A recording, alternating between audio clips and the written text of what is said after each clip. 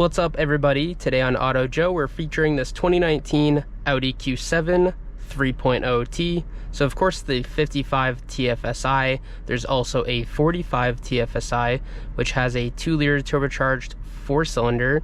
But here we have the awesome 3-liter supercharged V6, which I'm super excited about. But before we get out on the road, let's check out these back seats, including that 3rd row. We'll also give a quick exterior walk around as well. So big thanks to First International Auto Group out of Merrimack, New Hampshire for lending me this Q7. This one has just above 70,000 miles on it, and it's listed on their site for just about $22,000 US. Of course, a starting MSRP of $60,000 on this Audi Q7 in samurai gray metallic exterior color. And of course we have these 10-spoke Audi wheels, which are quite good looking. They have this little two-tone to them that I like. On the back, only a couple badges here. We have the Q7 badge and of course Quattro badging, just indicating all-wheel drive. 8-speed automatic in this Audi Q7 as well. Quite a large trunk, which you can see here opens at the touch of a button. Also have it on your key fob. These seats actually fold down with these buttons right here, which makes it super easy to access more cargo space if you're not constantly lugging around a family of 7. Sitting behind myself in this 2nd row, I have ample amounts of legroom. I will say I also have basically unlimited room above me, especially with this sunroof open. We also have cargo nets here, and of course the ability to control the climate control in the 3rd row just here, which is a simple plus or minus. There's no sort of way to adjust where that airflow comes. Of course we have vents up here, vents down there. So in this 3rd row, I'm not even gonna try to position my legs correctly. I simply can't fit back here. This 3rd row is really only usable if you have small kids. All right, let's get out on the road and see what this V6 equipped Audi Q7 is all about. The V6 makes 329 horsepower, 325 pound-feet of torque, real low at 2,900 RPMs max torque. Of course, with that all-wheel drive system and that quick 8-speed automatic, we have a 0 to 60 time quoted at 5.7 seconds. Moving a 4,900 pound SUV to 60 in under 6 seconds is quite impressive, and I'm just actually quite thrilled to see if this car can actually do that. Not that I'm going to do a 0 to 60 test, but I'm sure we'll get going on the accelerator pedal, won't we? And so with the supercharged V6, you might wonder, what's the fuel economy like? Is it just a complete gas guzzler? Well, I will say no. We have a combined 21 miles per gallon, 19 city, 25 highway. Not too shabby for this Q7. The interior of this Q7 is quite good looking. I will say the black interior color doesn't really pair incredibly well with the samurai gray metallic exterior color that kind of comes across as like a silvery beige, I would say. I think it'd be really cool if you did a beige interior or a brown interior, really doubling down on that classy look, but that's okay. While we're stopped, let's go over drive modes. So we have off-road, comfort, auto, dynamic, and individual. Of course, individual, you have a couple adjustments to kind of make a drive mode of your own, but personally I prefer to just leave this thing in dynamic and let it rip, I guess.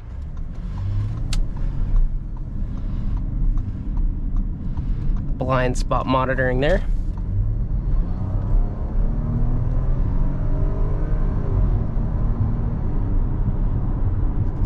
So you don't really get much action in the exhaust note department, especially from the supercharger. I didn't really hear it, to be honest.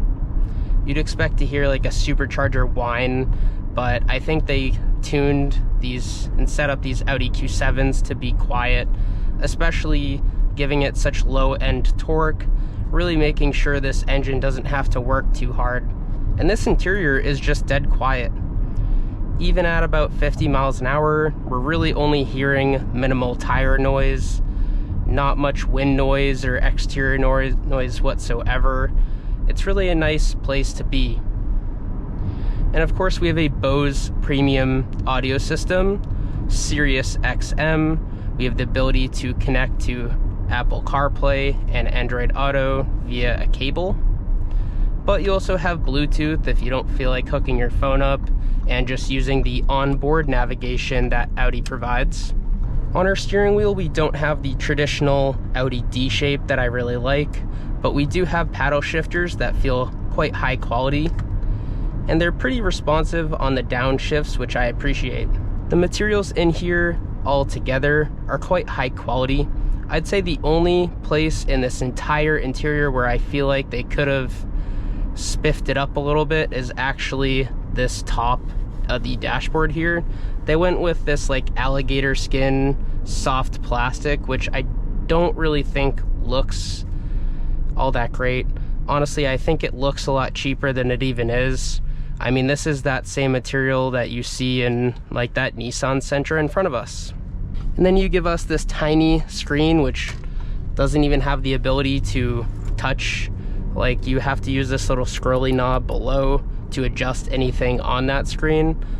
So I feel like that's kind of where they made the mistake, right? Everyone was going towards screens in 2019. Of course, it's the second generation Q7. So they have made a couple updates since they started this thing in 2015. And of course, they're still making it present day. But I will say that having a larger screen for the infotainment and then analog gauges is kind of my personal sweet spot. One neat thing about this interior is that the HVAC ducts run across the entire dashboard. It's kind of an interesting setup, and I think it kind of reminds me of my Mach-E, which has speakers that same way, but instead we have tons and tons of air keeping people cool on this hot summer day here in New England. Of course, with the small screen, you might ask, oh, well, are all my controls in there? I will say no. We have HVAC controls down here, we have our heated seats, we have the ability to turn off traction control and auto start stop. And of course we have like a little hill assist button here, parking sensors. Really everything you need is a physical button instead of hidden inside an infotainment screen, which is a +1 point for Audi here. So for a family size SUV, one thing I think Audi could have done better here is giving us bigger cup holders. Us Americans like our big gulps, and this cup holder I don't even think will fit a Stanley with that small bottom. I think it'd be kind of hard to fit any normal sized cup in here rather than like, you know, maybe a 12 or a 16 ounce cup of coffee. Maybe they were worried about taking up too much space in this infotainment stack, but I think having a family SUV like this one, you're gonna be on a lot of road trips, right? You're gonna wanna use this thing how it's intended, to lug 5 or up to 7 passengers around at all times, and I think having small cup holders up here was quite the mistake. Inside our center console, we also have a little charging pad for your phone, but personally, I feel like these things are so useless. Just bring a cord with you. I mean, you're going to want one for Apple CarPlay anyways, so I think that's just always the route that I tell people. Like, don't really rely on the wireless charger. Don't go out of your way to buy a car with one, because at the end of the day, it's not really going to work that well, and frankly, a cord just charges your phone way faster. To talk a little bit about ride quality, this thing just rides so smooth. Handles these small road imperfections with ease. You almost don't really even feel them in the steering wheel. The steering itself in dynamic mode is just the perfect amount of tight. This has really great steering for an SUV, especially a 3-row SUV nonetheless.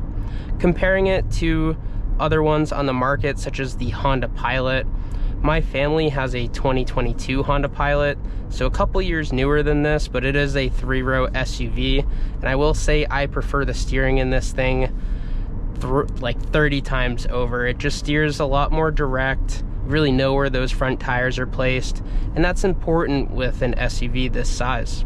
So with the lack of a usable 3rd row, if you don't have small children, you might ask me, what do you suggest to buy as an SUV, right? I think if you actually have a family of 7 or 8 plus, look towards minivans, right? Maybe watch my Honda Odyssey review that I did a couple months back, or maybe go get yourself, you know, like a Chevy Suburban or a Tahoe or something like that. Maybe an Escalade if you're feeling the luxury, right? You might want to go that route. And I think those have way more usable third rows while also still having some space for cargo.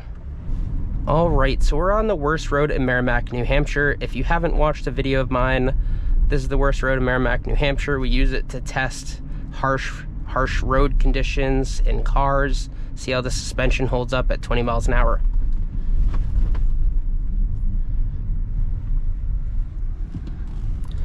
So besides one jarring bump, this thing handled it quite well.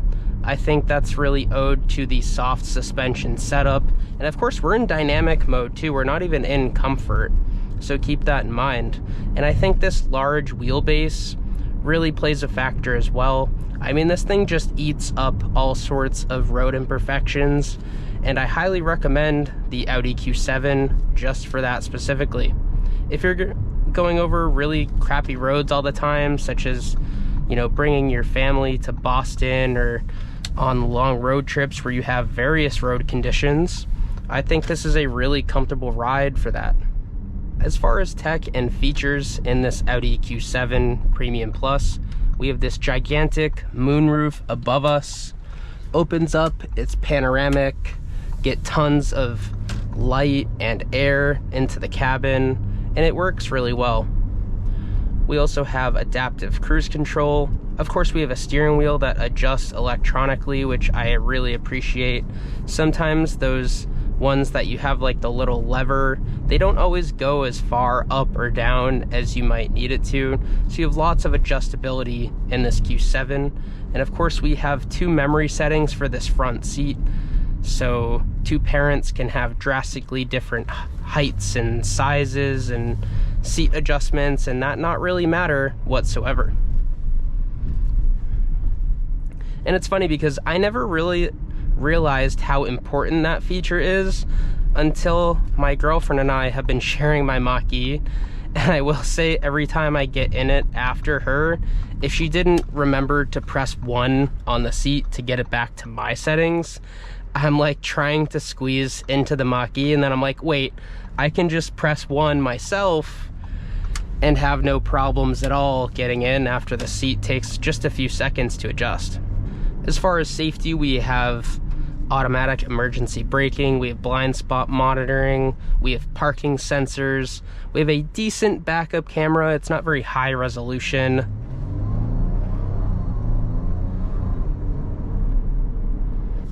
But overall, I'm very impressed with the tech in a 2019 Audi Q7. I think with 73,000 miles on this thing and just about $22,000 price tag from First International Auto Group, I think this is a great deal.